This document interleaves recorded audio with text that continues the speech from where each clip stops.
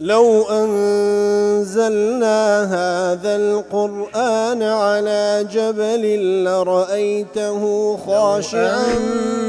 أنزلنا هذا القرآن على جبل لرأيته خاشعا أنزلنا هذا القرآن على جبل لرأيته خاشعا متصدعا من خشية وتلك الأمثال نضربها للناس لعلهم يتفكرون.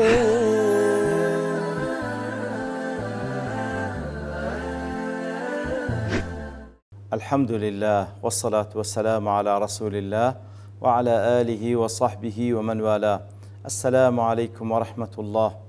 برزا خوش حالم لواني 1317 لواني كاين تفسير قرآن بيروز بيمو وخزمتان ومن بس رضامن دي رب العالمين وهوادان مئوي آزيز سودي لور بقرن. أعوذ بالله من الشيطان الرجيم. بسم الله الرحمن الرحيم. الله الذي رفع السماوات بغير عمد ترونها ثم استوى على العرش وسخر الشمس والقمر كل يجري لأجل مسمى يدبر الأمر يفصل الآيات لعلكم بلقاء ربكم توقنون. بەڵە خۆشەویستان ئەو کلێوانی ڕابژ لە خزمەت دەواتی پیرۆزەدا بووین. خۆی گەورە سوبحانە وتەعالا باز لە دەسەڵاتی خۆی دەکات کەوا هەر ئەو زاتەیە کە ئاسمانەکانی بەرز کردیتەوە بەسەر زەویدا بەبێ هیچ ستون و عەمودێک کە ببیندرێ و هەروەها لە دواتر لە پاش خەڵقی ئاسمانەکان و زەوی ئەڵڵا تەعالا ئیستیوای لەسەر عەرشی خۆی کرێ ئیستیوان یەلیق بذاته بەرز بۆیتەوە بەسەر عەرشی خۆی بە شێوەیەکەوە لائقە بە خۆی سوبحانەه وتەعالا و هەروها ڕۆژ و مانگی مسەخەر کردیە ملکەت کردیە لە بۆ ئەو کارانەی کەوا بە نەفعی بەندەکان تەواو دەبی لەسەر ڕووی زەوی هەر یەک لەوانەش كل يجري لأجل مسمى هەر یەک لەوانەش دەڕۆن بەو شێوەی کەوا خوای گەور فەرمانیان پێ کردیە هەتا وەکو کاتێکی دیاریکراو هەتا وەکو کاتێکی دیاریکراو کە ئەویشیان هاتنی ڕۆژی قیامەتە. يدبر الأمر يفصل الآيات هر أو ذاته تدبير أمور دكا هر أو ذاتش تفصيل آيات دكا. وكل تفسير سعد ضلي هذا جمع بين الخلق والأمر كواتا وكل فرم ألا لله الخلق والأمر خلق هر الله تعالى خالقا أمر دا صلاة جلوبون ولا هر دا صلاة الله تعالى وهر أويشة شاني أويكوا منهج شريعة لو بندكار منيري أي قد استوى الله العظيم على سرير الملك لباشي دروس كدني آسمان كانوا زوي الله تعالى استواء كر لسر تختي باتشايتي استواء بابنين برزبونويك ولائقة بخوي لا لو لبابنين لسروي حفظ آسمان كان كاستواء لسر عرش خوي كده يدبر الأمور إنزا كاروباري بونورك بري ودبا في العالم السفلي والعلوي سبحانه وتعالى لسروي حفظ آسمان كان كاستوارس عرش خوي كده كاروباري آسمان كان وزوي خوي قوري هلي دسوريني وبري ودبا فيخلق ويرزق ويغني ويفقر سبحان الله هل أوزاته كتصريف أمور كان لوانا خوای گەورەیە خەلق دەکا خوای گەورەیە ڕزق دەدا خوای گەورەیە کەسانێک دەوڵەمەند دەکا خوای گەورە کەسانێک هەژار دەکا ويرفع أقواما ويضع آخرين کەسانێک بەرز دەکاتەوە کەسانێک نزم دەکاتەوە ويعز ويذل ويخفض ويرفع هەر ئەو زاتەیە کەسانێک عەزیز دەکا کەسانێک زەلیل دەکا هەر ئەو زاتەیە کەوا کەسانێک نزم دەکاتەوە کەسانێک بەرز دەکاتەوە هەر ئەو زاتەشە يقيل العثرات هەر ئەو زاتەیەکەوە ئەوانەی کەوا پێیان هەڵدەخلیس چێ خوای گەورە چاوپۆشیان لێ دەکا واتە پێیان هەڵدەخلیس چێ بە گوناه و تاوان خوای گەورە ستریان دەکات چاوپۆشیان لێ دەکا ويفرج الكربات ويفرج الكربات هەر ئەو زاتەیە ئەو موسیبەتانێکەوە بەسەر بەندەدا دێن لەسەریان لا دەدا وينفذ الأقدار قەدەرەکانی خۆی جێبەجێ دەکا في ئەوقاتها التي سبق بها علمه وجرى بها قلمه. ئیتر قەدەرەکانی خۆی بەو شێوەیە لە کاتەکانی خۆی جێبەجێ دەکات کەوا پێشووتر خوای گەورە سوبحانه وتعالى علمی پێ هەبووە و هەروها فەرمانی بە قەڵەم کردێ بنووسیتەوە. هەر خوا سوبحانه وتعالى قەدەرەکانی جێبەجێ دەکات و هەروها ويرسل ملائكته الكرام لتدبير ما جعلهم على تدبيره وملائكته بەڕێزەکانیش دەنێری لە بۆ جێبەجێکردنی فەرمانەکانی ئەڵڵا لە بۆ بەڕێوەچوونی ئەو بوونەوەرە. وهروها وينزل الكتب الإلهية على رسله هر أو ذاتشا كوابو الشيوية أو كونو بونوري بابرين خلق كده بريوي دبا هر أو ذاتشا ينزل الكتب الإلهية على رسوله كتاب كان خوي دنيريتن لسر بهوي بيغمبركانيو ويبين ما يحتاج إليه العباد من الشرائع والأوامر والنواهي يتلناو كتاب كانشي ئەوەی کەوا بەندەکان پێویستیان پێهەیە لە شەریعەت و لە فەرمان و لە قەدەغکراوەکان لۆیان ڕوون دەکاتەوە ويفصلها غاية التفصيل و ئینجا ڕوونی دەکاتەوە بە جوانترین ڕوونکردنەوە بە شێوەیەکەوە هیچ غموزی تێدا نامینێ کەواتە ئەو خوای سوبحانه وتعالى کە خالقە فەرمان و دەسەڵاتی هەر ئەو زاتەشە لەناو ئەو بوونەوەرە هەر ئەو زاتەشە منهج و شەریعەت دەنێری و ئاەتەکانی ڕوون دەکاتەوە بەندەکانی. لعلكم بلقاء ربكم توقنون. ئیتر ئەوە خوای گەورە سوبحانه وتعالى ئەو حەقایقانەمان لۆڕۆن دەکاتەوە ئەی لعل بەرچی لعلكم توقنون تاوەکو یەقینتان لۆ دروست بی وتصدقون تاوەکو بەڕاستی بزان بأن هذا المدبر والمفصل بەوەی کەوا ئەو زاتەیە کەوا تدبیری ئەو کەونە دەکا ئەو زاتەشە تەفسیلی ئاتەکانی دەکا لابد لكم من المصير إليه تاوەکو یەقینتان لۆ دروست بی بەڕاستی بزان ئەو زاتەی کە ئەو بوونەوەرە و ئەنگۆش ناو بوونەوەرە بەڕێوەتان دەبا ئەو زاتەی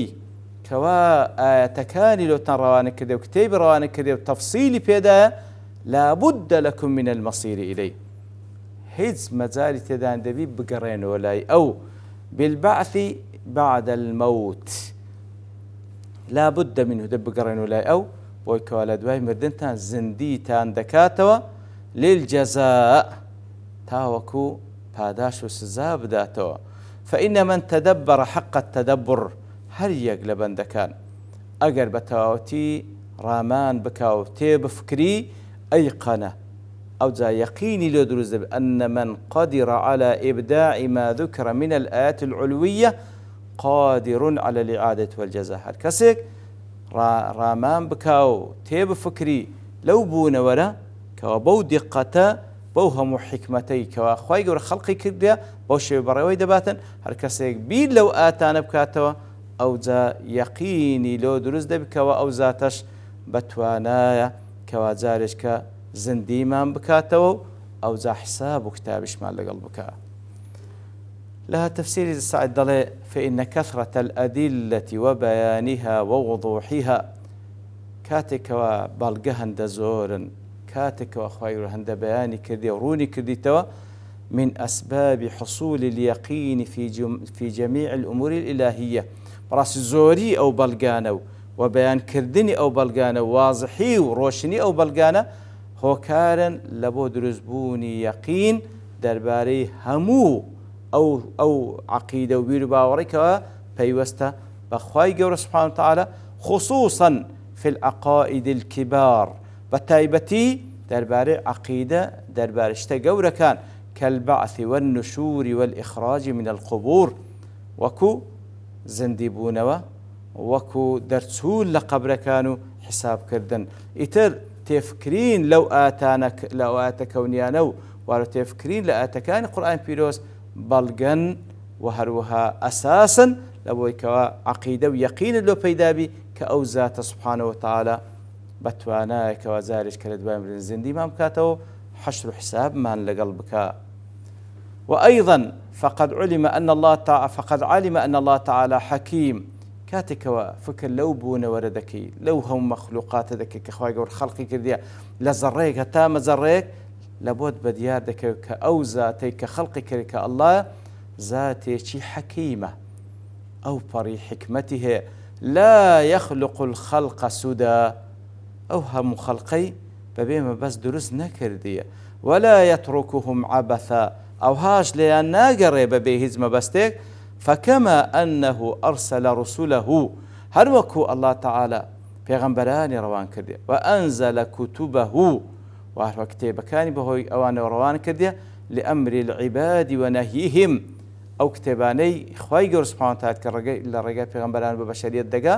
لە بۆ ئەوەی کەوا فەرمان بە بەندەکان بکاو، واروایە هەندێک شتیان لێ قەدەغە دەکا. فلا بد أن ينقلهم إلى دار يحل فيها جزاؤه. ئیتر لە دوای ئەوە هیچ مەزال تێدا نیە نەقلیان دەکا لە بۆ ژیانێکی دیکە کەوا لەوێن دەرێ ڕۆژی جەزا و ڕۆژی پاداش و سزادانەوەیە.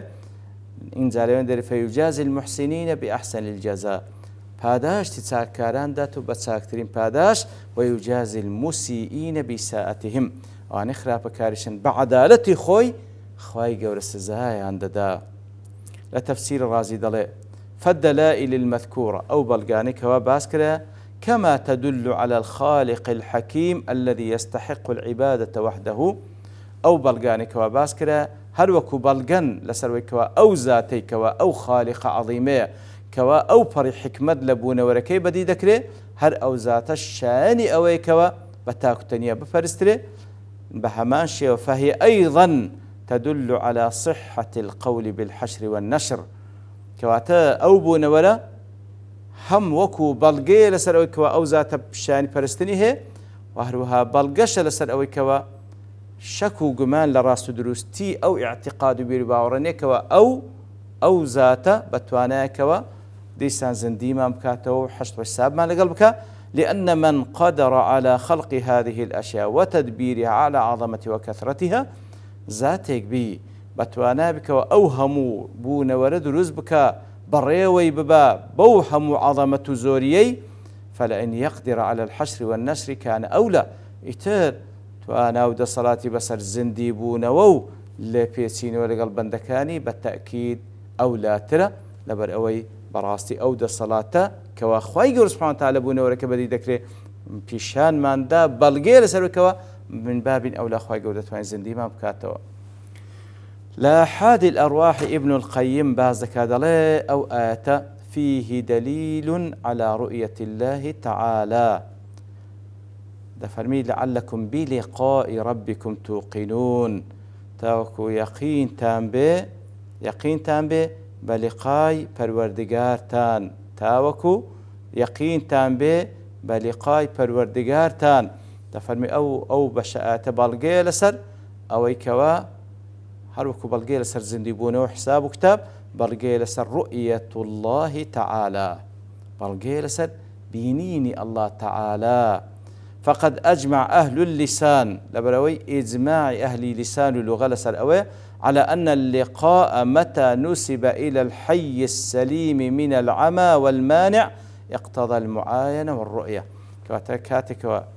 بس للقاء دكري ددريتا بال ذاتك وزندية وهو صاغ سلامته زندية وصاغ سلامته لويك ونابينانية هز مانعك نية لبينيني إتر كباز للقاء دكري معناه سيلي ودجر اقتضى المعاينة والرؤية، كواتا معاينة والرؤية اللي ودجر كواتا لعلكم بلقاء ربكم توقنون. روجك كوا أنجو لقاء تان هي لقلب الوردقار تان كوا روج زندي بونوي روج حشر حسابه وروج بينينا. طبعا أوزا بينيني خواهي قول سبحانه وتعالى وكو نعمتك لنعمته هر قول كان أو كوا أهل إيمانه أهل تقوى وأهل توحيد ديبينا وكو قولترين ناز ونعمته كان بهشت